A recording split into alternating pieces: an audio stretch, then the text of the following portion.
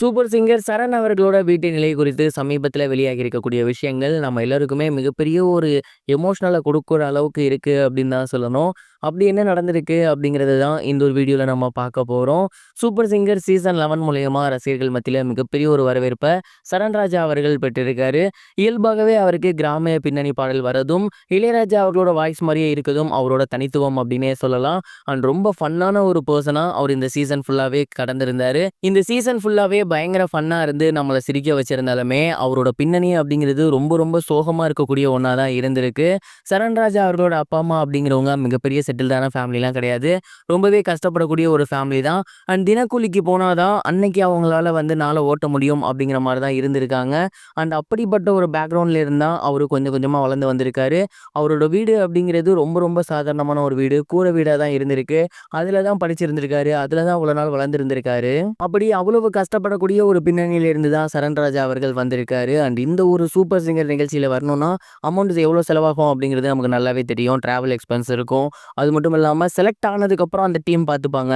ஆனா செலக்ட் ஆகுறதுக்கு முன்னாடி அவரு தான் சொந்த காச போட்டு வரணும். அதற்காக தினக்கூலிக்குலாம் போயிருக்காராமா. கிடைச்ச எல்லா வேலைகளையுமே செஞ்சிருக்காராமா. அப்படிலாம் கிடைச்ச காச வச்சு தான் சென்னை வந்திருக்காரு. ஆடிஷன் அட்டெண்ட் பண்ணியிருக்காரு. இங்க செலக்ட் ஆகி இன்னைக்கு நம்ம எல்லாருக்கும் பரிச்சயமான ஒரு சிங்கரா மாறியிருக்காரு. ஆனா இவ்வளோ கஷ்டத்தையும் அந்த ஸ்டேஜ்ல அவரு ஒரு நாளும் சொன்னது கிடையாது. இப்பலாம் நான் கஷ்டப்பட்டுருக்கேன் அப்படிங்கிற மாரி காட்டிக்கிட்டதும் கிடையாது. ரொம்ப ரொம்ப நேச்சுரலா இருந்து நம்மள சிரிக்க வச்சிருந்தாரு. நல்லா பாடி இன்னைக்கு ரூ. 10,00,000 பரிசும் வின் பண்ணியிருக்காரு. இவ்வளோ சோக கதைகள பின்னாடி வச்சிருக்கக்கூடிய அந்த நபர் தான் 2வது பரிச வின் பண்ணியிருக்காரு. இத பார்த்ததுக்கப்புறம் ரசிகர்கள் சொல்றது ஒண்ணு தான். கிடைச்ச காச வச்சு இங்க நல்ல ஒரு வீடு கட்டுங்க. உங்களுக்கு தேவையான விஷயங்கள பண்ணிக்கங்க அப்படிங்கிற மாரி தான் சொல்றாங்க. அப்ப கூட சரண் அவங்க அப்பா, அம்மாவுக்கு தான் பண்ணுவேன் அப்படிங்கிற மாரி சொல்லியிருந்தாரு. உண்மையிலேயே சரண் ஒரு கிரேட் பெர்சன் அப்படிங்கிற மாரி தான் நான் நினைக்கிறேன். நீங்க என்ன நினைக்கிறீங்க? கமெண்ட் பாக்ஸ்ல ஷேர் பண்ணுங்க. இது ஒரு புறம் இருக்க ஆக்டர் ஷாய் தன்சிகா அவர்களோட நடிப்புல யோகிடா அப்படிங்கிற படம் சமீபத்தில வெளியாகி இருக்கு. அண்ட் இந்த ஒரு படம் ரசிகர்கள் மத்தியில நல்ல ஒரு வரவேற்பு பெற்றிருக்கு.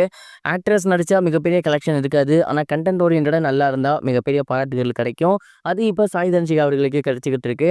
அண்ட் இது மட்டும் இல்லாம நீங்க நல்லா போல்டா ஆக்ட் பண்ணியிருக்கீங்க அப்படிங்கிற மாரி நெறைய பேர் கொஸ்டினும் பண்ணியிருந்தாங்க.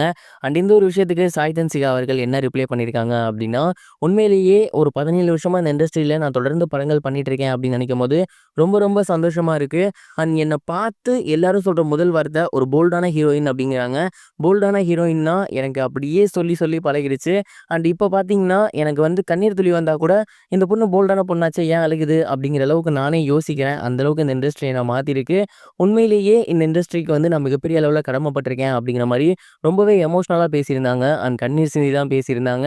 அண்ட் சாய் தன்சிகா அவர்கள் இந்த இண்டஸ்ட்ரி பத்தி பேசியிருந்தது இப்போ சோசியல் மீடியால ரொம்பவே வைரலா போய்க்கிட்டு இருக்கு.